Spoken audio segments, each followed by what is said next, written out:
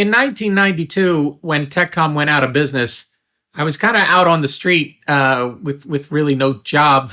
The music stores that wanted to hire me, I really wasn't interested in working for just a music store because I didn't see any upward growth from there. So I always think outside the box. I grew up, well, I didn't grow up, but I went to high school in Weirton, West Virginia. And when I lived out there, I used to take guitar lessons at this store called Music City. So when I would go visit my grandmother in Weirton, I'd always stop over to the music store. And the music store was run by a guy named Kurt Lehman, who in that area was considered just this legendary guitar player. Really nice guy. And we kind of struck up a conversation, and every time I would go see my grandmother, I'd visit him. And he thought maybe we could work together somehow. So I told him what I was doing, and I told him what I was looking to do.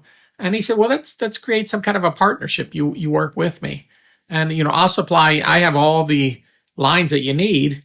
And I said, well, I really want to get DigiDesign as a line. And he said, all right, I'll buy into it. So he bought the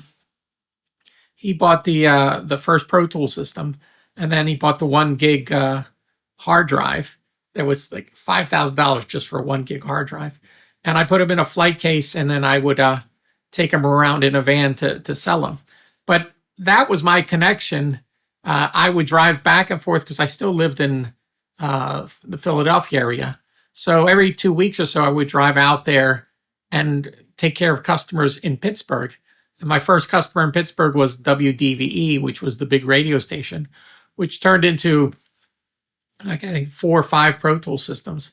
And then also in that area, my cousin was this big club owner, and he was a manager for Wild Cherry and some other big bands.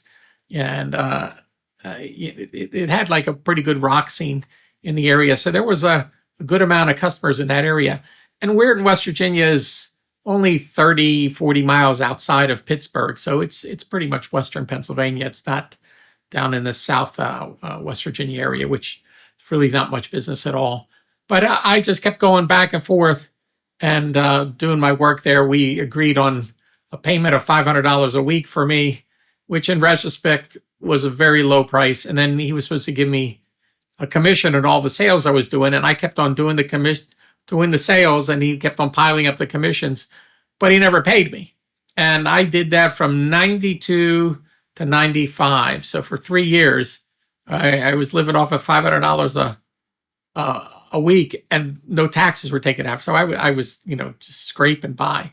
And I just got married in 92 also. So between me and my wife, it was tough. But in 95, I took the job working. Well, here's the funny thing about the story. In 95, Kurt called me and told me, I'm not going to be able to send you money anymore. I can't do this anymore, even though you're doing decent business.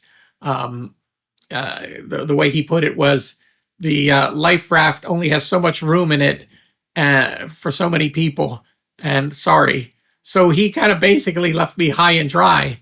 But the funny thing is, about a week or two after that, Boyz II Men approached me and said, here, we want to have you put the studio together that we've been working on, and the Stone Creek thing that I was working on with them. And they deposited $100,000 to my bank account and said, okay, start buying all the gear. And if Kurt had just waited a couple more weeks, that would have been his sale, but he decided to cut me loose early. So that $100,000 deal went through, and I put the whole studio together, and then DigiDesign decided to hire me as a rep. So everything worked out in the end, but that was my connection. So I thought that would be an interesting story.